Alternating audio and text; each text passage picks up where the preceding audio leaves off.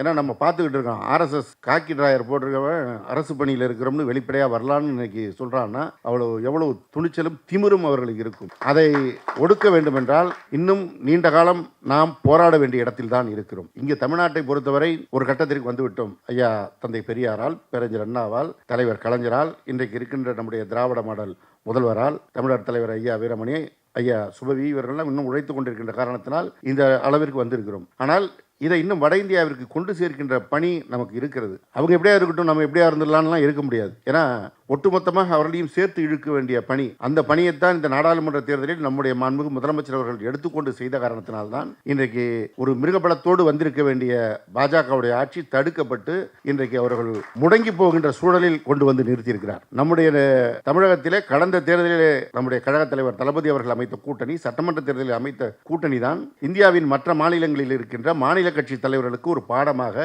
வழிகாட்டியாக அமைந்த காரணத்தினால்தான் அவர்கள் அதை ஏற்றுக்கொண்டு இந்த நாடாளுமன்றத்தில் செய்ய முனைந்த காரணத்தினால்தான் இந்த தேர்தலில் இந்த வாய்ப்பு ஏற்பட்டது. இல்லைன்னா மிருகபலத்தோடு வந்திருப்பார்கள். மிருகபலத்தோடு வந்திருந்தால் என்ன நிலைமை என்று கூட நாம் நினைத்து பார்க்க முடியாத நிலையில் இருக்கிறோம். இப்பவே குற்றவியல் சட்டங்களை எல்லாம் எடுத்துட்டு அவன் ஏதோ ஹிந்தியில் பேர் சொல்கிறான். இன்னும் நமக்கு அந்த பேர் வாயில கூட வரல. அந்த சமஸ்கிருதத்தில் சொல்கிற அந்த வார்த்தை ஏதோ ஒரு சங்கீதா, ஏதோ ஒரு பேர், அது மட்டும்தான் ஞாபகம் வருது நமக்கு. ஏன்னா அதையும் நம்ம தோழர்கள் தொடர்ந்து சொல்லிட்டு இருக்கிறாங்க. அந்த பேர் கூட நமக்கு இன்னும் சொல்ல வரல. அந்த சட்டத்திற்கு அவர்கள் மாற்றி இருக்கின்ற பெயர்களை கூட சொல்ல வரவில்லை. அந்த அளவுக்கு போகின்றவர்கள் அந்த மிருகபல ஆட்சியில் வந்திருந்தால் காஷ்மீருக்கு என்ன நிலை ஏற்பட்டதோ அதே தான் எல்லா மாநிலத்திற்கும் ஏற்பட்டிருக்கும். எல்லா மாநிலத்தையும் இரண்டாக மூன்றாக உடைத்து, மொழி உணர்வு இல்லாமல், இன உணர்வு இல்லாமல் எல்லோரையும் மழுங்கடித்து அவர்கள் ஆர்எஸ்எஸ் உடைய முழு கட்டுப்பாட்டிலே இந்தியாவை கூறு போட்டு கொண்டு வந்து வைத்திருக்கின்ற சூழல் வந்திருக்கும். இன்றைக்கு அது தடுக்கப்பட்டிருக்கிறது. ஆனால் இந்த அபாயம் இத்தோடு நின்று விடவில்லை. இந்த அபாயம் இருந்து கொண்டே இருக்கிறது. அதை தடுக்கின்ற பணி இந்த கருஞ்சட்டைக்கான பணி. பெரியார் சொன்னது போல யாரும் இந்த பணியை முன்னெடுத்து செல்ல முன்வராத காரணத்தினால் நான் என் தோளில் தூக்கி போட்டுக்கொண்டு பணியாற்றினேன் என்று சொன்னது போல நம்முடைய பகுதியில் நாம் அந்த பணியை தொடர்ந்து செய்ய வேண்டும். நம்மை பற்றி இகழத்தான் செய்வார்கள். ஒருத்தர் சொன்னார்னு, கருவாட்டு சாம்பார்னு எல்லா வார்த்தையும் பயன்படுத்துவாங்க. நம்மளுடைய சங்கடப்படுத்துவதற்கு, சிறுமைப்படுத்துவதற்கு எல்லாம் சொல்லுவாங்க. தலைவர் கலைஞரை படுத்தாத சிறுமை கிடையாது, அவர் சந்திக்காத அவமானம் கிடையாது. இப்போ ஒருத்தன் அவமானப்படுத்துறான், என்ன கொடூரம். அதை கண்டு கொதித்தெழுந்துதான் ஐயா சுபவி அவர்கள் அதற்கு ஒரு மறுப்பு கூட்டமாக இங்கே கூட்டத்தை நடத்தினார்கள். அந்த எதற்கு அவங்க அதை இன்னைக்கும் சிறுமைப்படுத்தி பேசுகிறான்னா அவனால் தாங்க முடியல. தந்தை தலைவர் கலைஞருடைய சாதனைகளை, அவர் கொண்டு சேர்த்த கொள்கைகளை இன்றைக்கும் அது வெற்றி நடை போடுகிறது, தொடர்ந்து வெற்றி நடை போடும் என்கின்ற அந்த தாங்க முடியாத ஆத்திரத்தில் தான் அவர்கள் இந்த செயலை செய்து கொண்டிருக்கின்றார்கள். ஒவ்வொரு ரூபத்தில் வருகிறார்கள். தமிழ் தேசியங்கிற பேரில் ஒருத்தர் வரான், நீல புரட்சின்னு ஒருத்தர் வரான், ஏதோ ஒரு விதத்தில் வந்து கொண்டிருக்கிறார்கள். சில இடத்துல சிகப்பும் வருது. அது எல்லாத்தையும் எல்லா விதத்திலும் எல்லா வேடத்திலும் வந்து எப்படியாவது இந்த திராவிட இயக்க உணர்வை மழுங்கடித்து விடலாம் என்று வந்து கொண்டிருக்கின்றவர்களுக்கு எதிர்க்கின்ற பணி நமக்கு தலையாய பணி. அந்த பணியை நாம் தொடர்ந்து செய்ய வேண்டும். கருஞ்சட்டை விருது, கருஞ்சட்டையே விருது தான். பெரியார் அந்த கருஞ்சட்டையை போட்டதுனால்தான் இந்த மேடைக்கு நாம் வந்திருக்கின்றோம். அதில் இந்த மேடைக்கு விழாவுக்கு கலந்து கொண்டு விருதை வழங்க வேண்டும் என்று ஐயா அவர்கள் அழைத்த போது ஒரு நிமிடம் எனக்கு யோசனை தான். விருது வாங்குகின்ற அத்தனை பேரும் வயதில் மூத்தவர்கள், அனுபவத்தில் மூத்தவர்கள், சேவையில் மூத்தவர்கள். நாம் போய் அதை கொடுத்தால் அது எப்படி இருக்கும் என்ற ஒரு எண்ணம் அப்புறம் தோணுச்சு.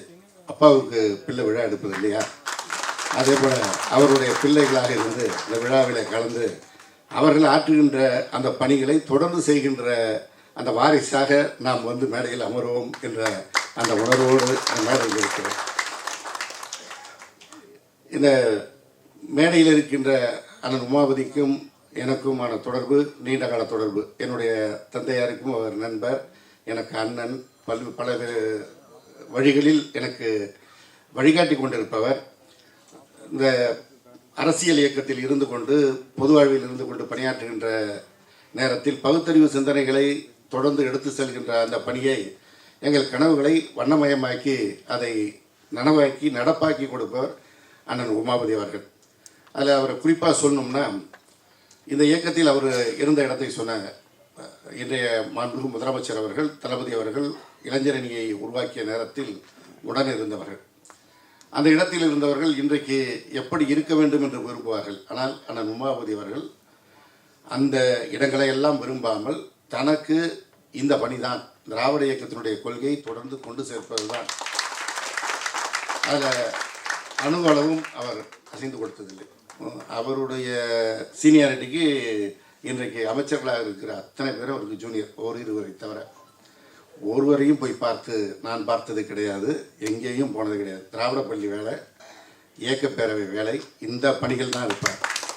நாங்களாக விரும்பி சந்தித்தால் உண்டு, அப்படி பணியாற்றி கொண்டிருக்கின்றவர். அவருக்கு இந்த விருதளிப்பது முழு தொடர்பு.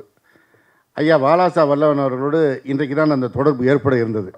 காலையில் நான் ஊர்லேருந்து கிளம்பும்போது எங்கள் ஊரை சேர்ந்த தோழர் ஐயா ஆணைமுத்து அவருடைய நூற்றாண்டு விழாவை கொண்டாட வேண்டும், வாலாசா வல்லவன் அவர்களை அழைத்திருக்கிறேன், எந்த தேதியில் வைத்துக்கொள்ளலாம் என்று சொல்லுங்கள் என்னார். சரி, ஐயாவுடைய எண்ணெய் வாங்கி தொடர்பு கொள்ளலாம் என்று எண்ணியிருந்த நேரத்தில் தான் இன்றைக்கு நேரடியாக அவரோடு பேசி இந்த மேடையில் இருக்கின்ற அந்த வாய்ப்பு. அதிலும் ஐயா ஆணைமுத்து அவர்களோடு இத்தனை ஆண்டுகள் அவர் இருந்தார் என்பது எங்களுக்கு மிகுந்த பெருமைக்குரியது. ஏன்னா ஐயா ஆணைமுத்து பிறந்த ஊரை சேர்ந்த தொகுதி தான் என்னுடைய தொகுதி, குன்னம் தொகுதி. அதில் இன்னும் முக்கியமாக சொல்லணும்னா என்னுடைய தந்தையார் ஐயா ஆணைமுத்து அவர்களுக்கு மிக மிக மிக நெருங்கிய நண்பர்.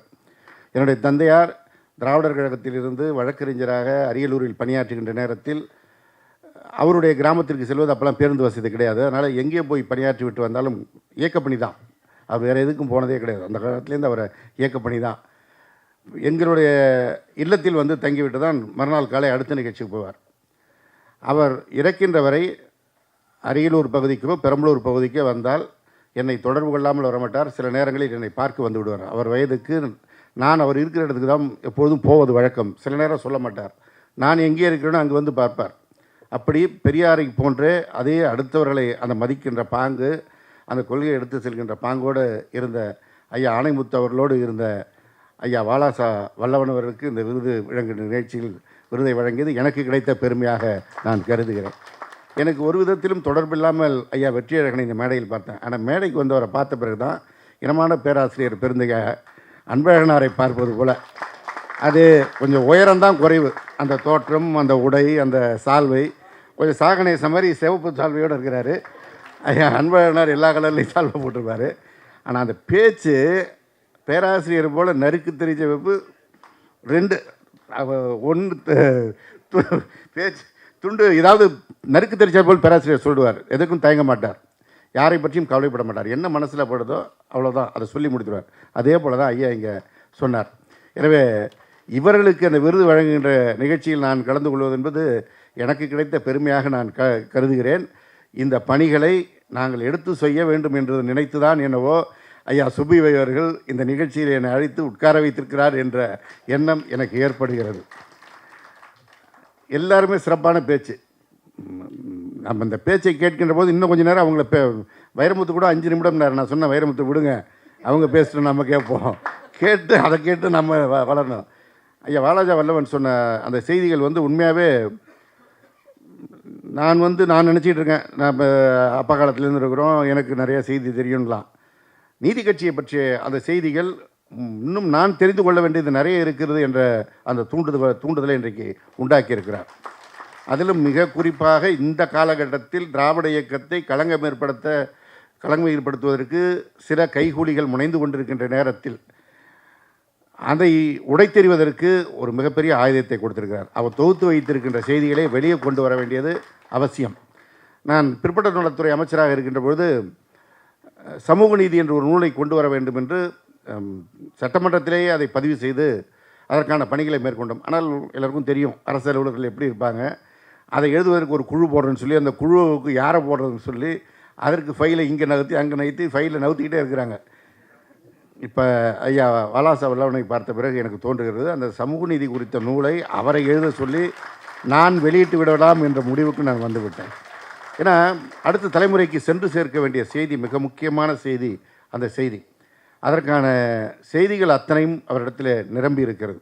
அதை கொண்டு சேர்க்க வேண்டிய பணியை நாம் செய்ய வேண்டும். நான் அதை எடுத்து செய்ய அவருக்கு இன்றைக்கே நான் உறுதி கூறுகிறேன், நிச்சயமாக அதை செய்வேன் என்று.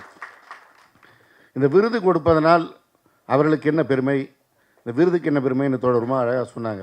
அந்த விருது கொடுக்கின்ற காரணத்தினால் இவருடைய வாழ்க்கை இன்றைக்கு வெளி உலகிற்கு தெரிய வருகிறது. அவருடைய பேரை தான் நான் இவ்வளோ நாள் கேள்விப்பட்டேன். ஆனால் இத்தனை ஆண்டுகள் தன்னுடைய வாழ்க்கையை முழுவதுமாக ஐயா ஆணைமுத்து அவர்களோடு ஒப்படைத்து பணியாற்றினார். அவருக்கு பின்புலமாக ஒரு துணைவியார் அரசு பணியில் இருந்து கொண்டு உதவியாக இருந்தார் என்ற செய்தியை ஐயா சுபவீரர்கள் சொல்லுகின்ற பொழுது, இந்த இவர்களெல்லாம் வெளி உலகிற்கு கொண்டு வருகின்ற பணிதான் இந்த விருது வழங்குகின்ற நிகழ்ச்சியாக நான் கருதுகிறேன். நெருக்கடி காலத்தில் அவர் எழுதின கவிதையை சொல்லுகின்ற பொழுது அந்த தமிழில் இருந்த உணர்வும் அந்த தமிழில் இருந்த அழகும், வெற்றியழகன் என்ற பெயரில் விட அந்த தமிழ் அவ்வளோ அழகாக இருந்தது. அதை இன்னும் உணர்வோடு எந்த குறிப்பும் இல்லாமல் அவர் சொல்கிறார். எப்போ எழுதின தலைவர் கலைஞருக்கு தான் இந்த நினைவாற்றல் உண்டு. மனோகரா படத்து வசனத்தை 50 ஆண்டு கழித்தும் அவர் எப்போ மேடையில் உட்கார்ந்தாலும் யாராவது தவறாக பேசிட்டு அவர் உடனே அதை எடுத்து சரியாக கொண்டு வருவார். அதே நினைவு நுட்பத்தோடு இங்கே ஐயா வெற்றியழகன் அவர்கள் எடுத்து வைத்தார்கள். அவருடைய நினைவுகளை பதிவு செய்ய வேண்டியது நம்முடைய சமூக கடமையாக நான் கருதுகிறேன். ஏன்னா இவர்களை போன்றவர்கள் இருக்கின்ற காரணத்தினால்தான், அதுவும் சொன்னார், ஒரு மொழித்திருத்தகத்தில் இலக்கண வகுப்பு எடுத்தேன் என்று, அதுதான் திராவிட இயக்கத்தை கொண்டு வந்து சேர்த்தது. இன்றைக்கு நம்ம முதல்வர் சொல்வார், அவர் இளைஞரணியை அமைக்கின்ற பொழுது ஒரு முடித்திருத்தத்தில் அவருடைய நண்பர்களை இணைத்து அங்கே உட்கார்ந்து பேசிதான் இந்த இளைஞரணி என்ற அணியவே முதற்கட்டத்திலே கொண்டு வந்தேன் என்று சொல்வார். அந்த உணர்வு அவர்களெல்லாம் செய்ததுதான் இன்றைக்கும் இந்த இயக்கம் உயிர்ப்போடு இருக்கிறது. இன்னும் உயிர்ப்போடு இருக்க வேண்டும். ஏன்னா நம்ம பார்த்துக்கிட்டு இருக்கோம், ஆர்எஸ்எஸ் காக்கி டிராயர் போட்டிருக்கவன் அரசு பணியில் இருக்கிறோம்னு வெளிப்படையாக வரலான்னு இன்றைக்கி சொல்கிறான்னா எவ்வளோ துணிச்சலும் திமிரும் அவர்களுக்கு இருக்கும். அதை ஒடுக்க வேண்டுமென்றால் இன்னும் நீண்ட காலம் நாம் போராட வேண்டிய இடத்தில் தான் இருக்கிறோம். இங்கே தமிழ்நாட்டை பொறுத்தவரை ஒரு கட்டத்திற்கு வந்துவிட்டோம். ஐயா தந்தை பெரியாரால், பேரறிஞர் அண்ணாவால், தலைவர் கலைஞரால், இன்றைக்கு இருக்கின்ற நம்முடைய திராவிட மாடல் முதல்வரால், தமிழர் தலைவர் ஐயா வீரமணி, ஐயா சுபவி இவர்கள்லாம் இன்னும் உழைத்து கொண்டிருக்கின்ற காரணத்தினால் இந்த அளவிற்கு வந்திருக்கிறோம். ஆனால் இதை இன்னும் வட இந்தியாவிற்கு கொண்டு சேர்க்கின்ற பணி நமக்கு இருக்கிறது. அவங்க எப்படியா இருக்கட்டும், நம்ம எப்படியா இருந்துடலான்லாம் இருக்க முடியாது. ஏன்னா ஒட்டுமொத்தமாக அவர்களையும் சேர்த்து இழுக்க வேண்டிய பணி, அந்த பணியைத்தான் இந்த நாடாளுமன்ற தேர்தலில் நம்முடைய மாண்புமிகு முதலமைச்சர் அவர்கள் எடுத்துக்கொண்டு செய்த காரணத்தினால்தான் இன்றைக்கு ஒரு மிருகபலத்தோடு வந்திருக்க வேண்டிய பாஜகவுடைய ஆட்சி தடுக்கப்பட்டு இன்றைக்கு அவர்கள் ஒரு முடங்கி போகின்ற சூழலில் கொண்டு வந்து நிறுத்தியிருக்கிறார். நம்முடைய தமிழகத்திலே கடந்த தேர்தலிலே நம்முடைய கழகத் தலைவர் தளபதி அவர்கள் அமைத்த கூட்டணி, சட்டமன்ற தேர்தலில் அமைத்த கூட்டணி தான் இந்தியாவின் மற்ற மாநிலங்களில் இருக்கின்ற மாநில கட்சி தலைவர்களுக்கு ஒரு பாடமாக வழிகாட்டியாக அமைந்த காரணத்தினால்தான் அவர்கள் அதை ஏற்றுக்கொண்டு இந்த நாடாளுமன்றத்தில் செய்ய முனைந்த காரணத்தினால்தான் இந்த தேர்தலில் இந்த வாய்ப்பு ஏற்பட்டது. இல்லைன்னா மிருகபலத்தோடு வந்திருப்பார்கள். மிருகபலத்தோடு வந்திருந்தால் என்ன நிலைமை என்று கூட நாம் நினைத்து பார்க்க முடியாத நிலையில் இருக்கிறோம். இப்போவே குற்றவியல் சட்டங்களை எல்லாம் எடுத்துகிட்டு அவன் ஏதோ ஹிந்தியில் பேர் சொல்கிறான். இன்னும் நமக்கு அந்த பேர் வாயில் கூட வரல. அந்த சமஸ்கிருதத்தில் சொல்கிற அந்த வார்த்தை ஏதோ ஒரு சங்கீதா, ஏதோ ஒரு பேர், அது மட்டும்தான் ஞாபகம் வருது நமக்கு. ஏன்னா அதையும் நம்ம தோழர்கள் தொடர்ந்து சொல்லிட்டு இருக்கிறாங்க.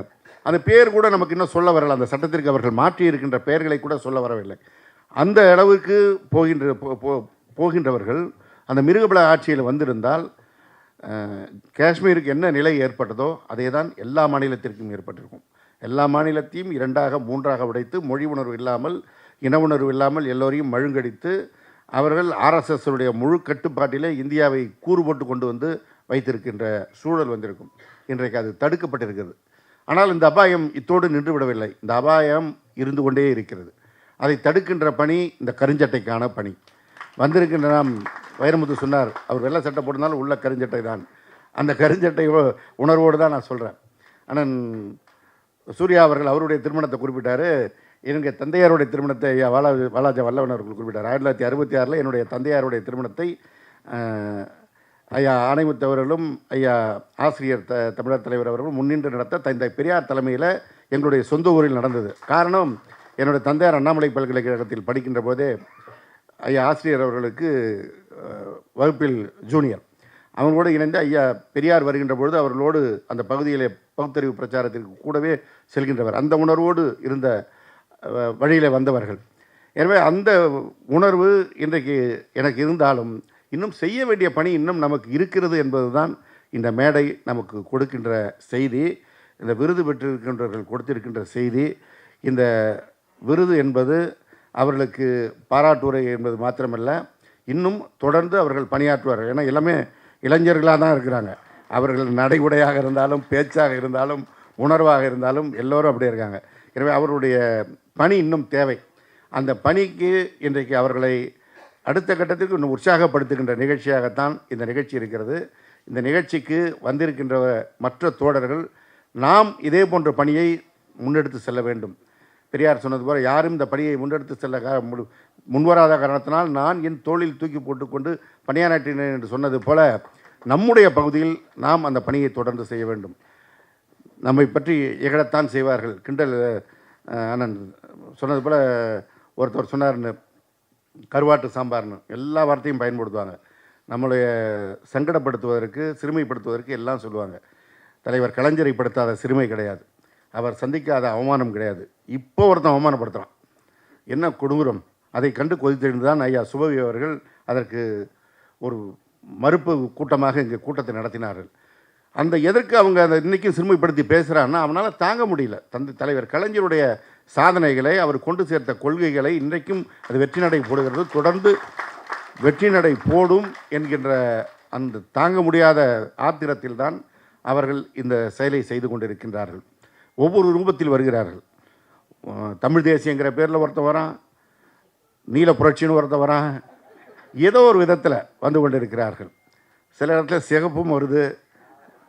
அது எல்லாத்தையும் எல்லா விதத்திலும் எல்லா வேடத்திலும் வந்து எப்படியாவது இந்த திராவிட இயக்க உணர்வை மழுங்கடித்து விடலாம் என்று வந்து கொண்டிருக்கின்றவர்களுக்கு எதிர்க்கின்ற பணி நமக்கு தலையாய பணி. அந்த பணியை நாம் தொடர்ந்து செய்ய வேண்டும்.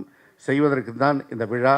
இந்த விழாவில் கலந்து கொண்டு எல்லோரோடும் பங்கேற்று அவர்களை பாராட்டுகின்ற வாய்ப்பை அளித்தமைக்கு நன்றி தெரிவித்துக் கொள்கிறேன். இங்கே சமூக ஊடகங்களில் பணியாற்றுகின்ற அந்த தோழர்களுக்கும் பாராட்டப்பட்டது. அவருடைய 3 சேனலையும் இப்போ நான் சப்ஸ்கிரைப் பண்ணிட்டேன், முழுமையாக பார்ப்பேன். வந்திருக்கிற எல்லோரும் அந்த 3 சேனலையும் சப்ஸ்கிரைப் செய்யுமாறு அவர்கள் சார்பாக கேட்டு இந்த நிகழ்ச்சியில் கலந்து கொண்டு சிறப்பித்திருக்கின்ற உங்களுக்கு நன்றியை தெரிவித்து விடைபெறுகிறேன். நன்றி, வணக்கம்.